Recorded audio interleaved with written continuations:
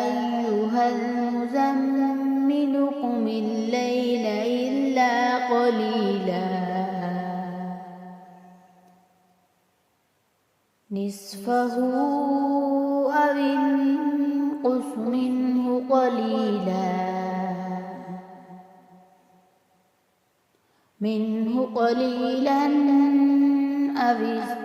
أو ازد عليه ورتل القرآن ترتيلا إنا سنلقي عليك قولا ثقيلا إن ناشئة الليل هي أشد وطئا وأقوم قيلا إن لك في النهار سبحا طويلا واذكر اسم ربك وتبتل إليه تبتيلا رب المشرق والمغرب لا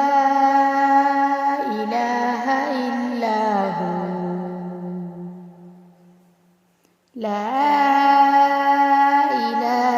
إلا هو فاتخذوه وكيلا واصبر على ما يقولون واهجرهم هجرا جميلا وذرني والمكذبين أولي النعمة ومهلهم قليلا إن لدينا أنكالا وجحيما وطعاما ذا غصة وعذابا أليما يوم ترجف الأرض والجبال وكانت الجبال كثيبا مهيلا إنا أرسلنا إليكم رسولا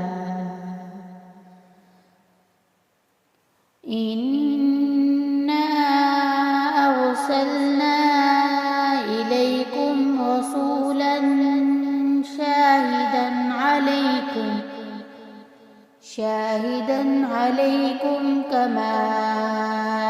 أرسلنا إلى فرعون رسولا فعصى فرعون الرسول فأخذناه أخذا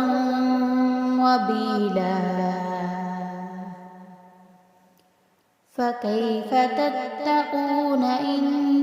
كفرتم يوما يجعل البلدان شيبا السماء منفطر به كان وعده مفعولا إن هذه تذكرة فمن شاء اتخذ إلى ربه سبيلا إن ربك يعلم أن تقوم أدنى من ثلثي الليل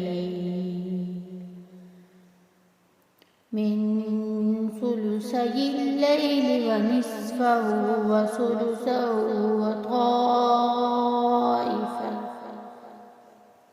وطائفة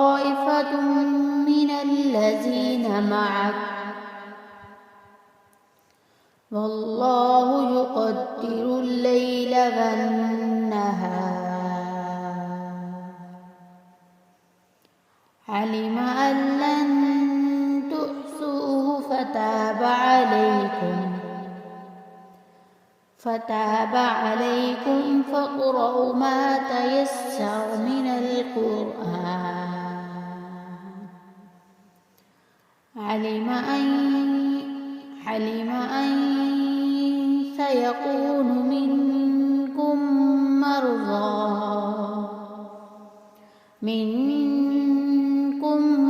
مرضى وآخرون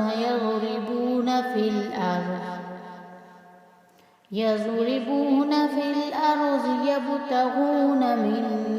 فضل الله وآخرون يقاتلون في سبيل الله فاقرؤوا ما تيسر منه وأقيموا الصلاة وآتوا الزكاة وأقرضوا الله قرضا حسنا وما تقدموا لأنفسكم من خير تجدوه عند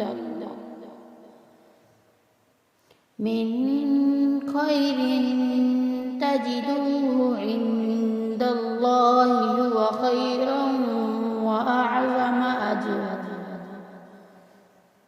واستغفروا الله إن الله غفور رحيم.